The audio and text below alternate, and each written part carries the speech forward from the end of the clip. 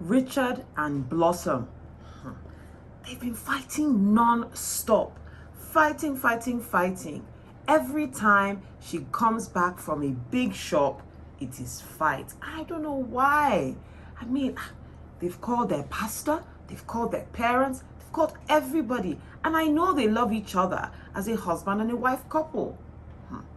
But this money matter, it is really causing a lot of headache for them. Anyway, in my video today, I'm going to talk about 7 steps every couple should take when putting together a unified budget. Unless two work together. Hi everybody, my name is Bookie and I'm here for the Good Eve channel. And today I'm going to be talking about 7 steps every couple should take when building a budget. Now, coming together and building a unified budget between two very separate people can be really tricky. And in the example that I gave earlier, we talked about Richard and Blossom. And I'm going to be making reference to their situation throughout this video. But before I get started, you know what time it is and you know what I'm going to ask you. Since I'm discussing 7 steps, I'm going to ask that you share this video with 7 people. Let them have a look at it and see if it can help them. I also want to ask that you subscribe. Hit that subscribe button and you give us a like. Share this content with as many people as you can, but at least 7. Do you promise? I'm gonna hold you to that. So now back to the video. Why should you want to learn about putting together a unified budget? Well, perhaps you're already married and you've already, to some degree, you've come into a kind of, a rhythm with your partner in terms of how you manage finances. There are lots of couples that just opt to say, you know what, there's some things we do together in the house. You are responsible for rent. You are responsible for food. You are responsible for school fees, for vacations. We put money together. They have a kind of rhythm they've come to, and then anything else, each couple invests or saves or spends as they see fit. And while this can be good, I also think as you mature as a couple, it can still cause sources of tension. So I'll give a small example. In a situation where, for instance, both of you want to, you always have family members around and you want to help out some of these family members around. Imagine if you have a particular family member, let's call this cousin Janet. And cousin Janet comes to the husband and says, oh, brother, I'm broke. I need money. Please help me. And because he has a soft spot, your husband gives Janet money. And then Janet also comes to you in the same month and is like, oh, sister, things are so hard. I really want to get, help me. And you also give Janet money. Yes, it's from both your individual pots. But Janet has figured out something. Both of you are not united financially. And so she can continue to take advantage of these scenarios. And then you'll be surprised how often things like this happen. And then somewhere down the road, a few months, sometimes a few years down the road, it ends up in basketballs. Why? Because husband and wife discover that they've given so much money to a particular set of family members who figured out that they're not united financially. And so they've gotten money from the husband, they've gotten money from the wife. When the children get to a certain age, they found out, new sources of income. So I think it's just an example of where if you come together cohesively, you can achieve more. And also, even if you want to help, you can help more. Let's even look at it in the area of investments. You may be very gung-ho on being very high risk, one partner, and one partner may be very conservative. Now, that doesn't mean that you can't both participate in high risk and conservative investments. But if both of you are speaking to individual financial investors, financial advisors, for instance, you may have too much risk in your portfolio, or you may be too conservative, because that financial advisor is going to advise you as a couple, as individuals. They're not going to realize that there's a holistic pot where they can manage the risk. So you may find that if both financial advisors tend to be very aggressive, they may advise you both to put money in a lot of high risk things. So you have overexposure to particular class assets. So if you come together and there's a visibility on what everybody has, hey, you can make sure that you get a really good balance that can serve you for the long term. But now I want to talk about why should a couple harmonize their budget? And I've given a few examples, but I'm going to list some specific ones. The first reason is lack of communication about money is one of the top reasons that marriages fail. It's the thing that couples argue and argue about.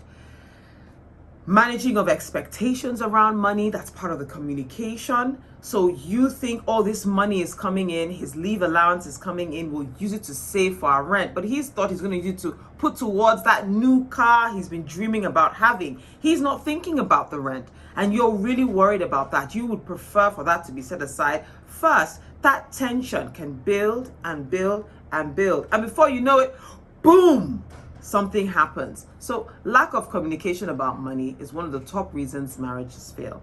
A second reason why couples should harmonize their budget is creating a budget together will put a framework for avoiding conflict about finances. And like I gave with the examples of Cousin Janet, having a harmonized budget will let everybody be clear about what they can do and what they can't do. Third point, using software to track your money collectively can increase your efficiency and make it easier for everybody to stay on top of spending. And I mean, I think this goes almost without saying. As you go through your daily spend and your weekly spend, having a unified view can let you know that we keep spending more in the area of food. Why? Are we eating out too much? Are we buying from a grocery store? Are we going to the grocery store too often? Are we wasting a lot of food? It allows you to do an assessment and be critically clear about where is your money going and why are certain buckets and certain categories ballooning, and maybe certain categories are always, underspent. And the fourth reason I'd like to share in this video is a once a week money date, can foster continued communication and help you achieve financial goals and life dreams.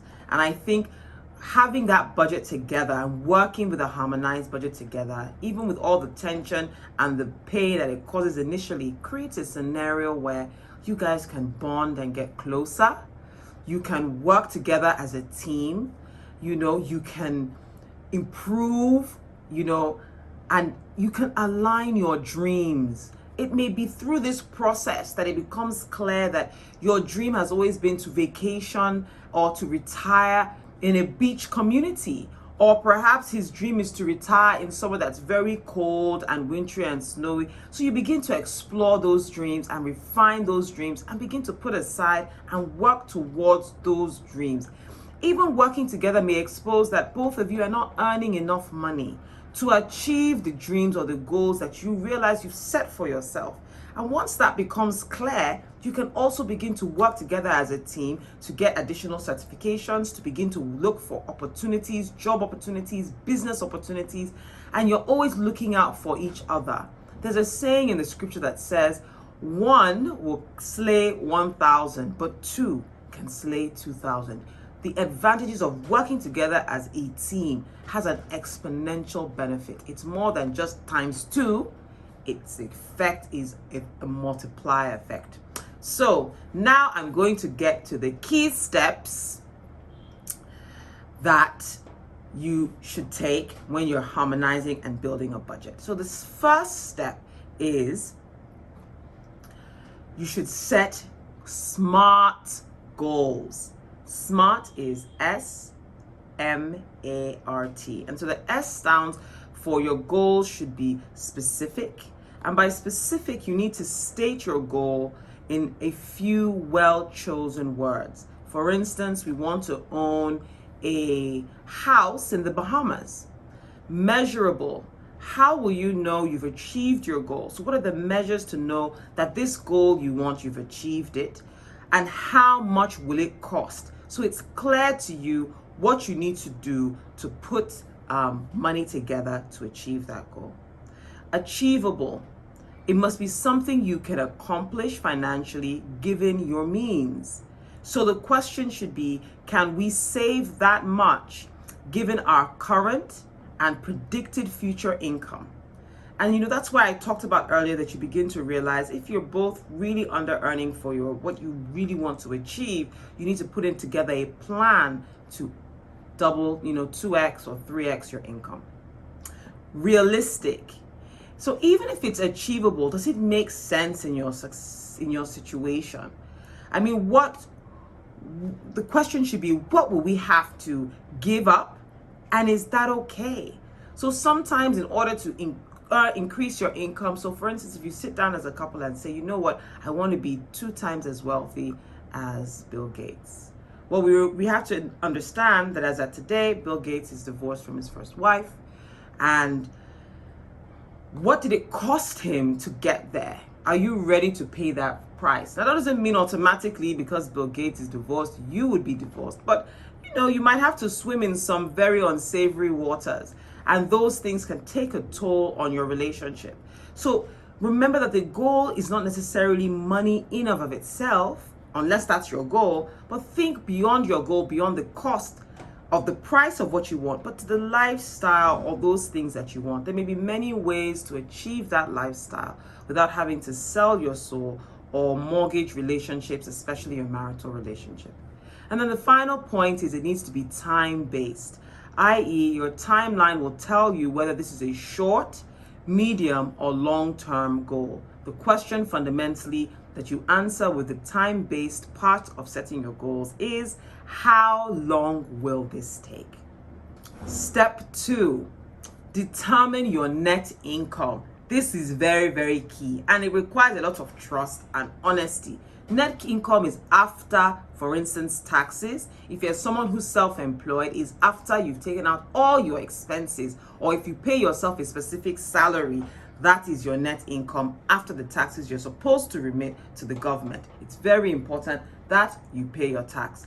Now, this requires a lot of trust, and that is usually where this particular step may have some challenges. Sometimes, especially women, because of what we've heard historically, and this also talks to your fundamental relationship, we are afraid to share maybe just how much you earn. But you also find men also being quite secretive about how much you earn. You'd be surprised how many men, their brothers and their sisters and their mothers know their full income, but their wife does not. Does that make sense? Does it?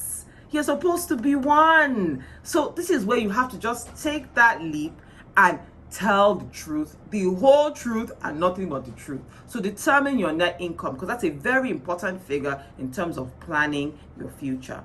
Then the step 3 is you need to add up all your mandatory expenses, your rent, your light, your water, there's certain bills, if they clear out your sewage or evacuate your sockaway, all those things that are not negotiable. You must add those things up. If you have a nanny or a carer that's looking after your children, you need to put that in the costs.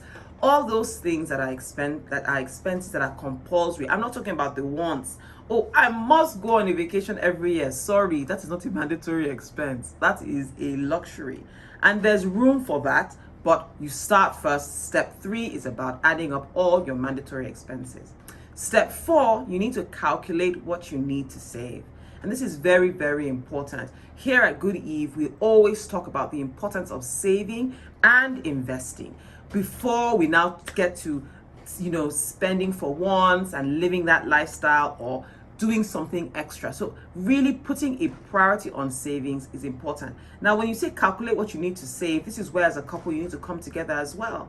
If one, for instance, your husband feels saving 10% is enough, but you as the wife feel that you want to save 50%, there needs to be an alignment towards your savings. And what will guide this is your goals. Yes. So it's not about argument. I just think it's 10%. Oh no, I just think it should be 70%.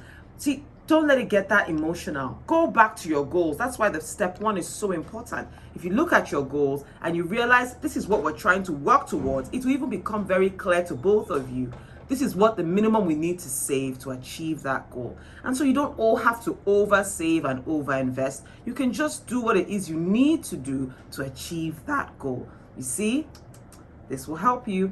Now, The fifth point is, once you've set out what you're going to save, there should be hopefully a surplus. And if there's a surplus, hey, my caramba, that means you can divide it into discretionary spending. That's your fun money. That's your mad money. That's your trips, your holidays. That's the other things you want to do. That outfit you want to buy to look super good. That going out with the friends, hanging out. That birthday party bash you want to hold. That is your discretionary spending. And I'm telling you, if you set up all these things guiltlessly with a clear conscience, you can spend that money. You can set it out. This is what your discretionary spending is going to be.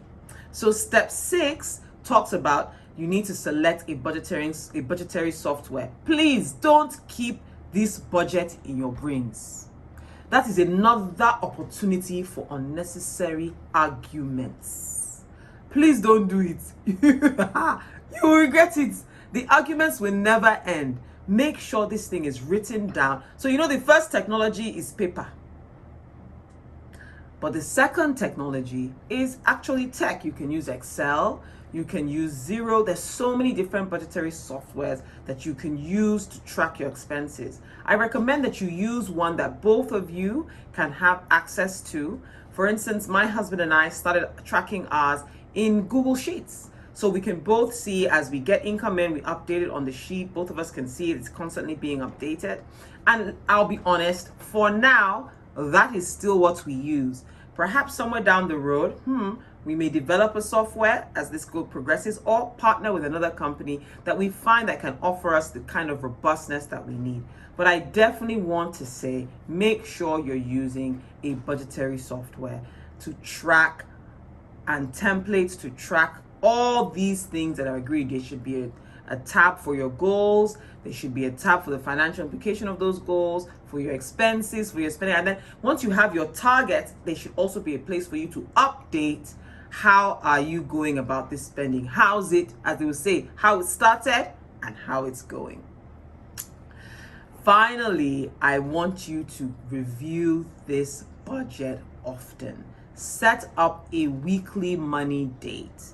And it doesn't have to be very long, 1 hour, 1.5 hours. You pull up your software, you pull up your template, you've been updating it. Anything you've not done, you can do it in the session. Have a glass of wine with you, play nice music, look good. Don't make it so drab and dry and boring, and begin to just have that conversation. Also a part of it is the dreaming. Oh, we're 1% towards our goal, our dream. That Range Rover I want, I've saved 3% of the money, or 5% of the money, or 50% of the money. Begin to interact with your dreams as you work towards them. You know what, there's a training someone invited me to do. I could do that, and they offered me a payment. You know what, this is what I'm going to charge, because I know I'm working towards this goal, and everything I make from it minus my expenses, I'm going to put it towards fast tracking and accelerating that particular goal. It can be so wonderful and lovely to work together if there's this openness and this trust, and it's fair and it's balanced. You're not just doing for yourself, but you're also doing for your partner. So maybe if your dream is to buy a particular car, maybe they also have a dream to do something else, and you can also work towards that together. So that weekly money date is so important and essential. Well, that's it, folks. I want to say, if you liked this video, please give us a thumbs up, and remember to hit that subscribe button. I know there's nothing wrong with your finger, just hit it. And then, of course, because I gave you such good content, 7 steps, I want you to share this with 7 people. Now, in conclusion, I just want to close up by saying, working together as a married couple is a great way to win at money. The alternative can leave both of you vulnerable and exposed to the impact at working at cross purposes. Well, as I always say, please stay humble and learn. Bye for now.